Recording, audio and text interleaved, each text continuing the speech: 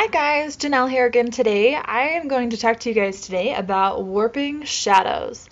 Warping shadows is really simple to do. It's a great little tool to know to add more realism and more depth to your digital pages, and I love to use it when I'm doing a pocket layout. So I'm going to teach you guys how to do that today. You can see here that I do have a pocket page, and this layout was created using Tickled Pink Studios Pocket Starts Love Edition, available at Sweet Shop Designs.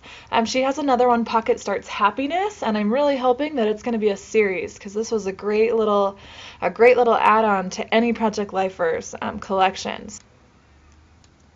Okay, so let's go ahead and get started. When it comes to my pocket pages, I don't think they should be perfect. In my mind, when you're sliding these cards and these photographs into these pockets, they don't sit perfectly. You know, I can't imagine that they're so tight that there's no wiggle room for those cards at all. And maybe there isn't. I don't know. I've never had them in real life or held them in my hands or gotten to play with them. I do everything digitally. But to me, I like everything to be just a little skewed, a little off. So the first thing that I do, and you don't have to do this to warp your shadows, this is just something that I do personally. I'm going to take all these layers on this pocket right here, and I'm just going to tilt them just a little teeny bit. I'm just going to transform them a little bit to the right, just for fun, because like I say, I don't believe that everything is going to be sitting in there absolutely perfectly. And again, that's just me and the way that I like to do things. To me, it's just adding another little piece of realism. So all I'm doing is selecting all my layers that are on top of the cards there. Whoops. And just rotating a couple, just to give it a little more realistic touch. And let's see, let's grab this card down here, grab the layer underneath it. This is a template that I made for my pocket pages. I went ahead and made a ton of them because for me it's so much easier when I'm scrapping my older stuff that I'm trying to catch up on to throw it in a pocket page. I don't have the creativity all of the time to keep creating all of these brand new beautiful pages, and I love how my pocket pages come out, so I'm totally okay with them. Being pocket pages, the majority of my old stuff. So, okay, now I've skewed my cards a little bit. You can see it's not all perfect and straight anymore. And now I'm going to go ahead and start warping my shadows. So, in order to warp your shadow, this is what we're going to do. And I'm going to grab this first card right here.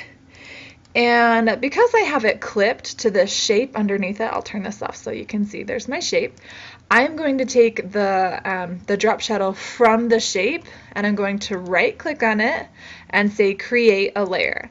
And what that's going to do is put a shadow on its very own layer. So if I turn off the card, you can see the shadow is underneath it, and the shadow is what we're going to go ahead and warp. I'm going to turn the card back on because I like to see how it looks on top of the shadow while I'm working with the shadow. And I know I already taught you guys how to create your own layer with the shadow. I hope that you're playing with that a little bit and seeing what you can do there, but now I'm going to teach you how to warp your shadows. So make sure you have your shadow layer selected, and you're going to go up to Edit, Transform, and Warp. And I like to pull my shadows from the top corner in the direction that they are already going and just give it just a little pull. And then I do like how that looks. You can see, here, let me turn this off so you can see a little better. There it is now, before, but I'm not done. It's still a really harsh shadow, and I think if it looks, I'm trying to make this look like this corner is lifted a little bit, and that's why it has a bigger shadow. So I'm going to keep that layer selected, and I'm going to go up to Filter and go to Blur, and I want my Gaussian blur, and I put it at about 9 pixels for the radius, and then I'm going to say OK. And it just gives it a little bit of a blur so that it's not a really harsh shadow. So if you can, I'm just going to go right here. So there was the before, and there was the after. And I'm going to grab another one. Let's do this one up here. Remember, you're going to grab the shape underneath it, or if you don't use shapes, I like to clip mine because I have the rounded edges That's totally a personal preference. That's how I like it. So if you don't have it clipped to a shape, then you would just select the actual card layer. But I'm going to grab the shape and say create layer.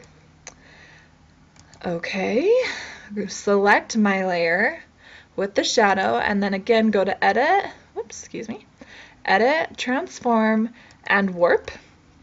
And this time I'm going to grab from the center and maybe pull out just a little right here. And again, these don't have to be huge drastic changes. You don't want them to be too drastic, because if you make them so heavy or pull them out so far, you're going to lose your realism. So again, I'm going to go up to filter, and because I just used my Gaussian blur, it's already, it's the first one there. And you can see the shortcut, you could just hit Control F, so you don't even need to use your mouse if you don't want to. And then, just again, it makes it look like it's a little bit lifted right here, but it still has the same shadow along the bottom. So let's see, let's go ahead and let's change this one down here. Grab the shape, right click on the FX, create a layer. Okay, I'm going to grab my shadow layer, and you know what? Instead of warping this time, let's try rotating it. You can do Control T, which will bring up your transform option, and you can take that shadow and rotate it a little bit, which I do this quite often as well. And again, I always use the Gaussian blur afterwards just to make it not so harsh, not so heavy. But let's go ahead. So this one, you can see that I've rotated it and the shadow is peaking more right here, and then it's a little heavier down here as well. So if you look at that, okay, there's the difference there, and I'm really liking how this looks. And let's go ahead and grab this one. And you don't have to do this to every card.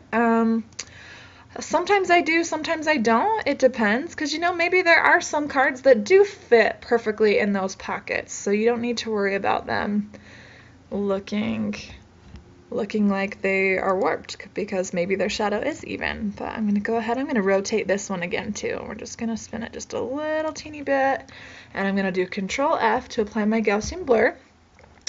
Alright, and let's see, let's grab one of these squares right here. Grab my shape, right click, create a layer, and I'm going to warp this one again. So we go to edit. Oh, except I wasn't on my shadow. So grab my shadow layer, transform, warp, and this time I'm going to pull just a little from that top again. And Control F will apply my filter. Very good. Yeah, I'm really liking how this is coming along. Again, it's just giving it a nice little effect here. Okay, I'm going to do this one.